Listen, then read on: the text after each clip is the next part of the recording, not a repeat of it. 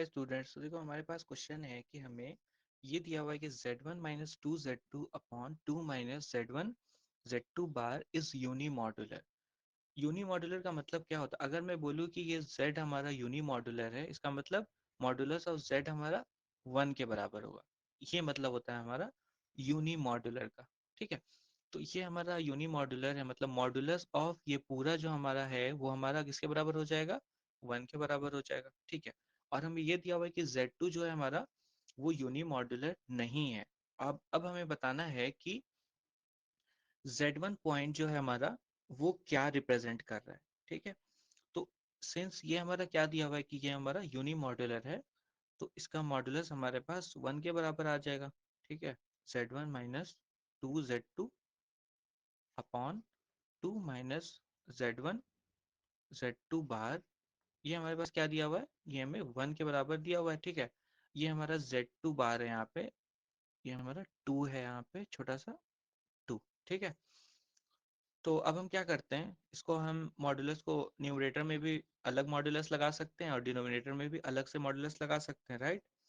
तो ये हमारे पास क्या हो जाएगा? Modulus of z1 minus two z2 equals to modulus of 2 minus z1 z2 बार।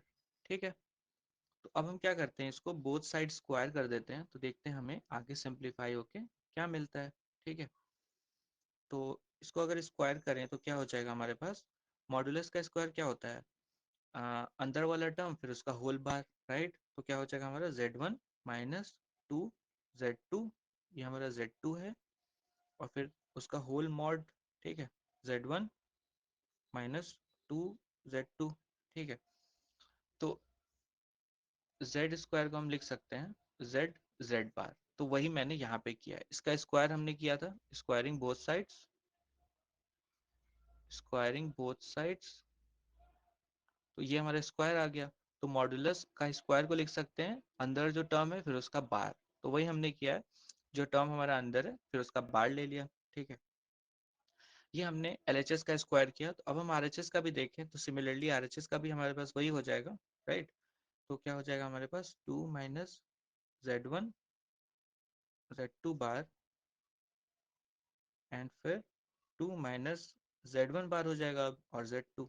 ठीक है, क्योंकि हमें पूरे पे बार लगाना था तो बार चेंज हो गया हमारा। ठीक है, तो इसको अब हम एक्सपैंड करें तो क्या आ जाएगा? देखो z1 बार z1 z1 बार। ठीक है, अब माइनस बाकी टर्म्स क्या आएगा हमारे पास?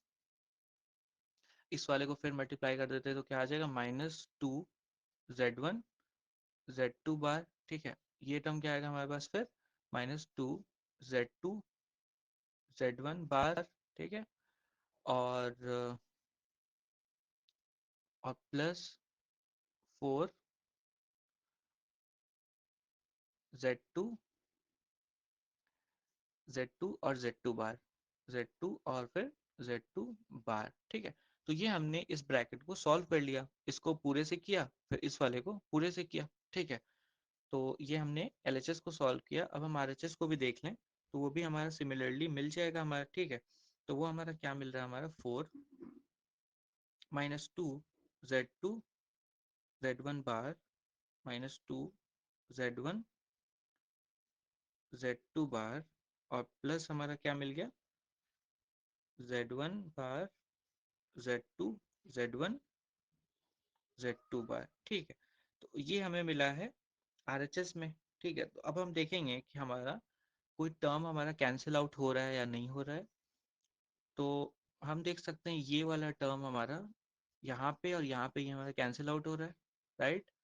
और ये वाला टर्म भी हमारा कैंसिल आउट हो रहा है। ठीक है, और भी हम देख लेते हैं कोई टर्म हमारा कैंसिल आउट हो रहा है या नहीं। तो हमारे पास बच क्या रहा है? हमारे पास अल्टीमेटली ये टर्म क्या हो जाएगा हमारा? z1 का मॉडुलस ऑफ z1 का स्क्वायर हो जाएगा, राइट।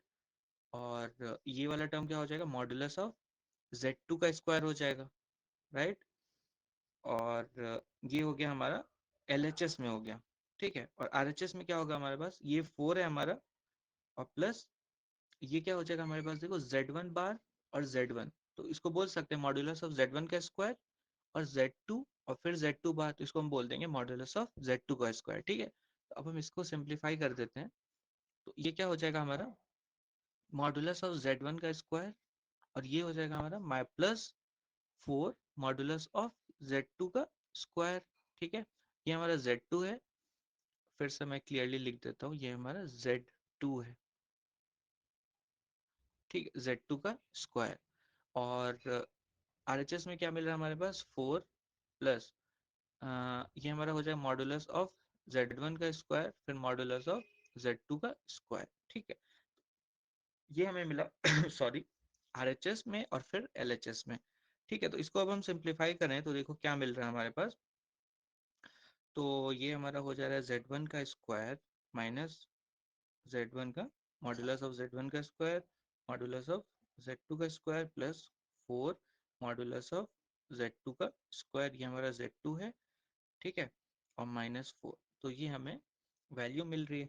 ठीक है, तो इसको हमने सबको एक साइड ला के रख दिया। ठीक है, तो अगर हम यहाँ से Z1 स्क्वायर को कॉमन लेंगे तो क्या मिलेगा हमारे पास, अगर Z1 modulus of Z1 square को कॉमन लें तो हमें क्या मिल रहा है 1 माइनस Z2 स्क्वायर, राइट। और यहाँ पे अगर हम 4 को कॉमन लें, यहाँ पे -4 को कॉमन लें अगर, तो हमें क्या मिलेगा 1 minus Z2 modulus of Z2 square. ठीक है, और ये हमारा इक्वल्स टू 0 है। तो कॉमन फैक्टर्स हमारे पास क्या क्या है इसके, modulus of Z1 square -4 and 1 minus Z2 का स्क्वायर इक्वल्स टू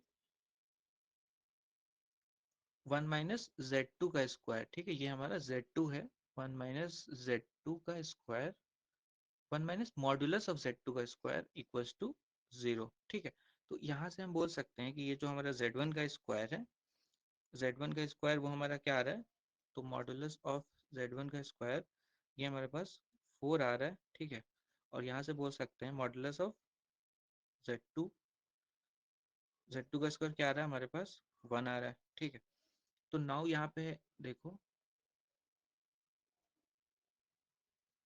यहाँ पे हम बोल सकते हैं कि Z2 जो है हमारा वो 0 नहीं है। ठीक है, एंड Z1 हमारे पास क्या है, Z1 की वैल्यू हमारे पास मॉडुलस ऑफ Z1 की वैल्यू हमारे पास 2 हो जाएगी। तो ये हमारा क्या रिप्रेजेंट कर रहा है, अगर मैं बोलूँ mod of Z equals to 2, तो ये हमारा सर्कल को रिप्रेजेंट करता है जिसकी रेडियस 2 है। वैसे ये mod of Z1 equals to 2 क्या हो जाएगा, ये हमारा सर्कल को रिप्रेजेंट करेगा जिसकी रेडियस 2 है, सर्कल विथ रेडियस 2। ठीक है, तो यही हमें बताना था कि मॉडुलस ऑफ Z1 जो है वो किसको रिप्रेजेंट कर रहा है। ठीक है, तो ये हो जाएगा हमारा आंसर। Thank you.